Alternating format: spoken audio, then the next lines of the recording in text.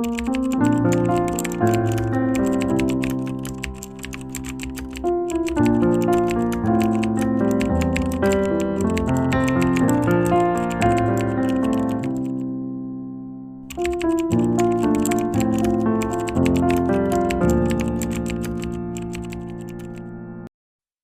1. You will hear a telephone conversation about Winsham Farm, a residential education centre. Hello, Winsham Farm Centre. Oh, hello. I want to arrange a weekend away for myself and some people from work, and we heard about your centre. I wonder if you could give me some details. Yes, certainly. We are a residential centre attached to a working farm, and we organise educational activities for those guests who want them. What else would you like to know? Well, firstly, what kind of accommodation have you got? We've got 8 rooms altogether, and we can sleep 38 at any one time.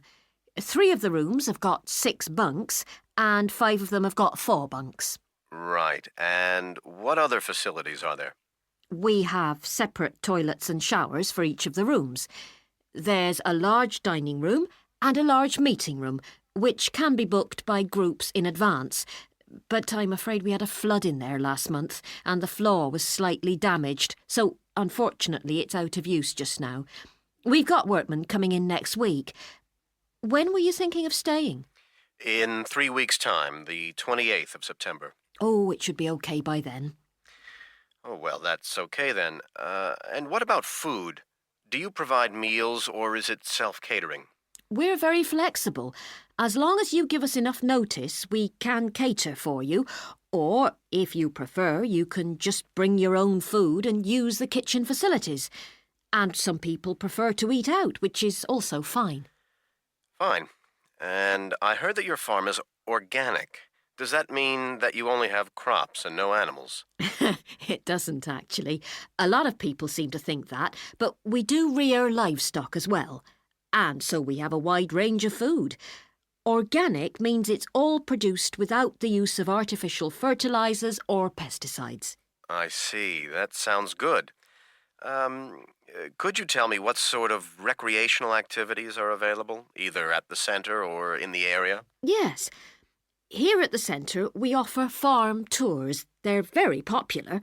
One of the farm managers shows people around and explains some of the principles of organic farming. And for any visitors who are really keen, he'll let them drive a tractor or feed the animals and so on. With supervision, of course. I think a lot of our group would be interested in that. It'd make a change from factory work. Well, if they fancy it, tell them to come prepared. Plenty of old clothing, especially footwear. It can be very messy and wet. Okay, I'll warn them. And another type of activity we do is survival courses. But that's only for groups of 5 or more. And they've got to be acquaintances. They have to cooperate closely. These courses are very popular, especially with school groups, but adults seem to enjoy them too. What do they involve? Things like map reading? Well, not exactly. What it is, we've got a large area of woodland on the farm, and we run this course there. It's mainly about collecting food and water, lighting a fire without any equipment, that kind of thing. This weekend could be hard work. What about the area around the centre? What is there to do? If you look at a map, you'll see that we're very well situated here. Our centre's about midway between the Exmoor National Park, which is very popular for hill walking, and the south coast, which has very good beaches. Are they both within walking distance? Well, they're both a bit far, unless you're very fit, but they're only about 30 minutes by road. And there's also a cycle path, which starts quite near here, about 10 minutes walk away. You can hire bikes at the starting point. What is there to do if the weather's bad? I hope it won't be, but you never know. Yes, that's right. Well, on most Saturday evenings we show films here, and then once a month a group of local musicians performs in our meeting room. And then Sherborne is only 14 miles away. It's only a small town, but it's got a very good museum and an old abbey, which is well worth a visit. Well, it sounds perfect for our purposes. One last thing. What about prices? I'm not sure yet, but there'll probably be about 15 of us. We charge a standard £14 a head for accommodation, whether there are 10 or 20 of you or whatever, and about £7 for cooked meals, depending on the menu you want. Use of the kitchen facilities is extra, as is the hire of the meeting room. It depends really what exactly you want and for how many people. Right. Well, I've made a note of all that, and I'll discuss it with the rest of the group. Then I'll get back to you with a firm booking. Can I do that by phone? Yes, you can, but once you've made a booking, we would need a deposit within 5 days to secure it. Then you just pay the balance when you're here. Oh, yes, of course. Could you give me the address, please? Yes, it's Winsham Farm, Coteale Road, that's Cotehle, near Sherburn. And the postcode is SH12 1LQ. Thank you.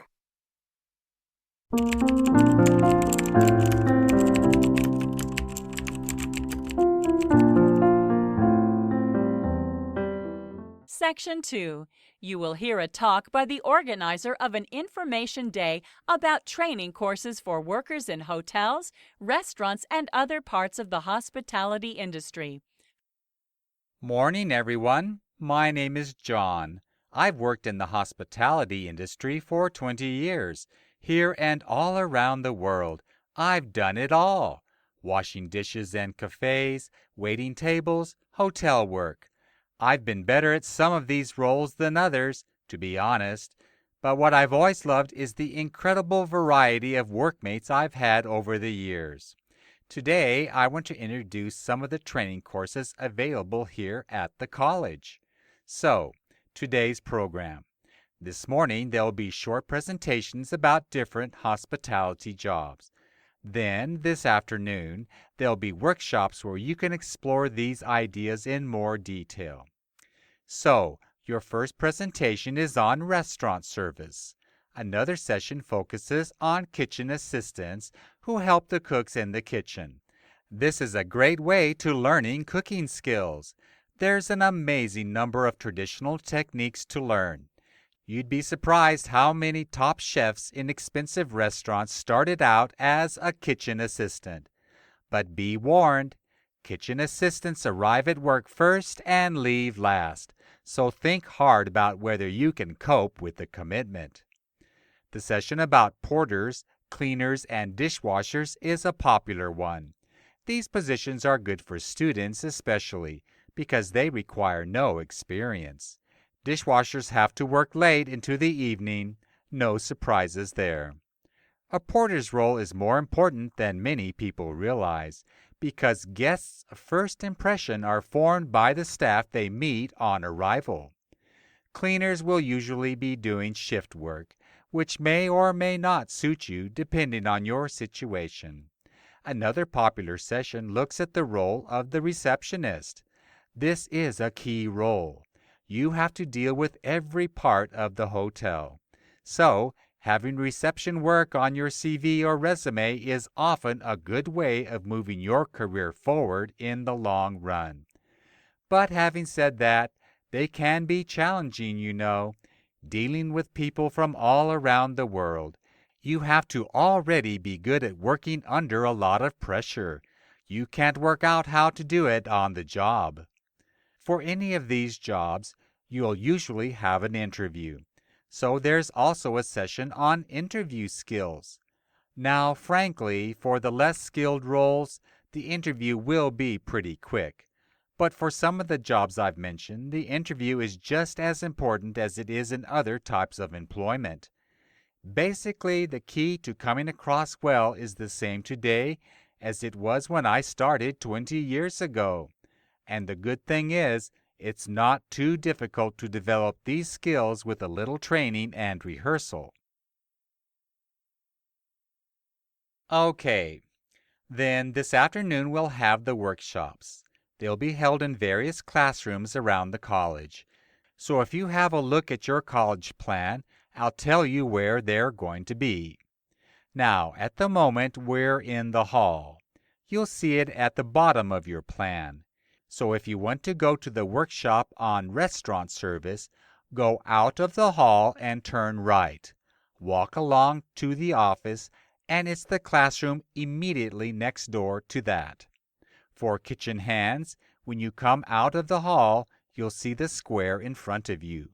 Cross to the other side of the square, and you'll see a block of 2 classrooms. You want the one on the left. Now, porters, cleaners, and dishwashers. You want to find a block of classes on the northern side of the college. There's a long block of classrooms, and you want the one at the eastern end.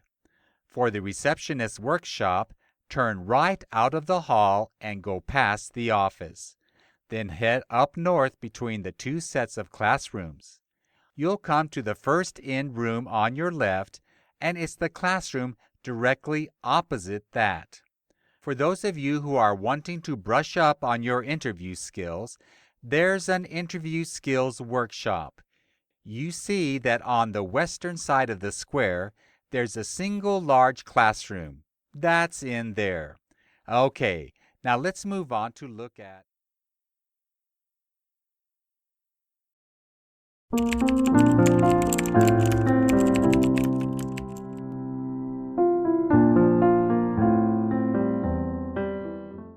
Section 3.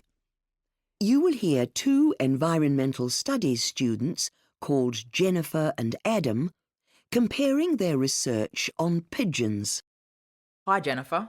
Hey, Adam, are you ready to compare notes for our presentation on pigeons for next week? Yes, I think so.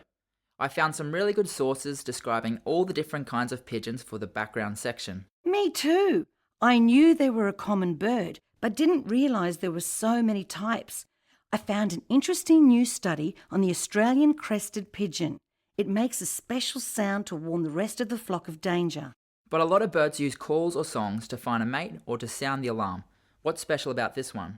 Well, it uses its wings. Really? Yes, if the pigeon is startled, it makes a whistling sound when it flies off. This sound warns other pigeons in the flock that there's danger. Interesting. I found a lot of stuff on the rock pigeons. They're the ones with the widest distribution. Of all the pigeon species, they've been the most successful at adapting to different environments, haven't they? In contrast to the rock pigeon, there's a pigeon in the north of Australia, the black-banded pigeon, which is restricted to one very small patch of forest. Another interesting thing about it is that unlike the typical pigeons we see on pavements and roads, it stays way up in the trees in the rainforest. That's unusual. They're varied in terms of diet as well. The Galapagos pigeon, for example, gets all its nutrients from this one kind of cactus that grows on the island where it lives. Really? So is there anything that pigeons can't eat? Yes, actually.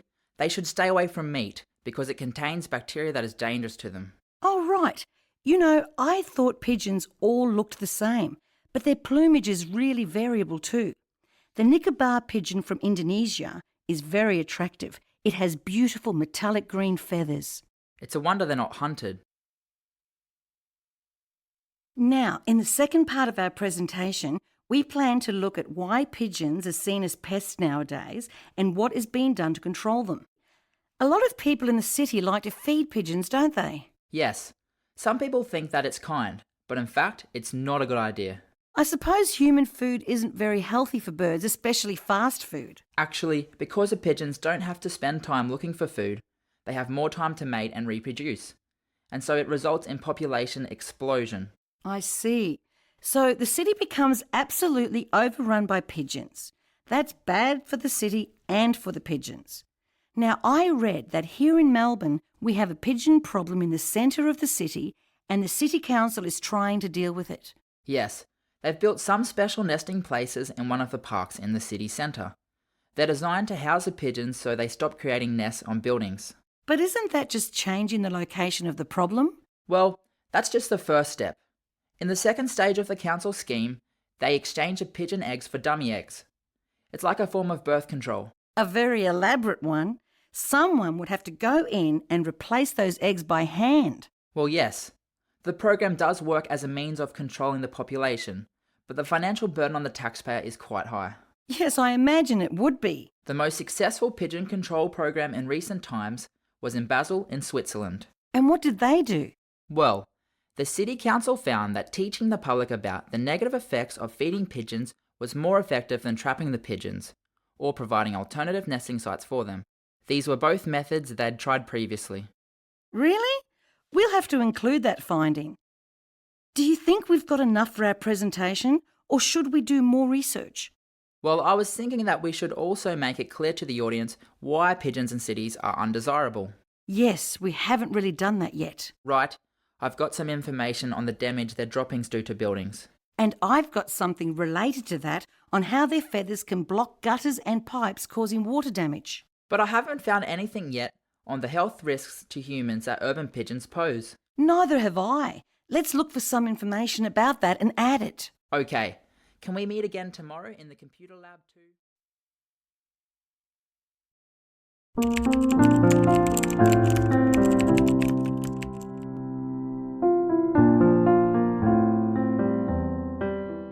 Part 4. You will hear part of a talk about recent research into the design of workplaces. Hello everyone. I recently completed some important research into the way office space is designed and its impact on employees. The open plan office had been the norm for offices around the world. I'm sure you can picture one. A big room with maybe 50 or 100 workers sitting at their workstations. You might think open plan designs are a recent phenomenon, but they actually came about in the early 20th century when businesses needed large numbers of people to do typing. These employees, usually women, used to have to sit in rows working away at their typewriters under the watchful eye of their supervisor. Over the years, designers have come up with several variations on the open theme. In particular, this has been achieved through furnishings. The early designs featured separate desks. A subsequent design introduced the concept of the cubicle. These can have either high screens that workers can't see over, or a screen just low enough to keep a lookout for the manager.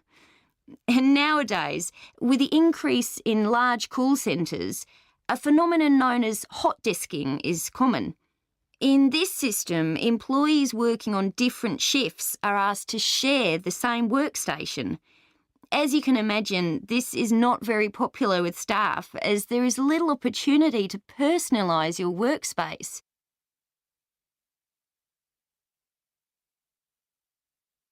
In fact, my research shows that employees in general dislike the open plan design. As a part of my research, I conducted a survey of the staff in several large companies with open plan offices. The employees all voiced similar concerns about the design. Firstly, they felt that the open plan took away their privacy, but many also felt the need to carry their valuables with them at all times. So, to some extent, they also felt there was less security with these designs. Another common complaint may be something for employers to consider when choosing this type of design, and this was that these types of office space are bad for the health. I was intrigued by this possibility, but looking at staff records, it does seem to be borne out. So, if this design is so unpopular, why is it so commonplace? Well, the answer to that is in the benefits that the employers feel this type of design has. Of course, there is the obvious benefit that this design significantly reduces costs, both in terms of rent and even in terms of energy use. Employers also argue that an open plan design leads to better teamwork and communication. They also feel that new staff can learn from observing other workers, so this design can actually help in training staff. However, the complaints voiced by employees seem to suggest that the disadvantages far outweigh the advantages. The reality is that unhappy workers are unlikely to work well together, and there is plenty of evidence to suggest workers are frequently distracted from their work by the noise that is all around them. What is clear is that as designers, we need to think carefully about the impact that our design has both on the staff involved and the work that they do.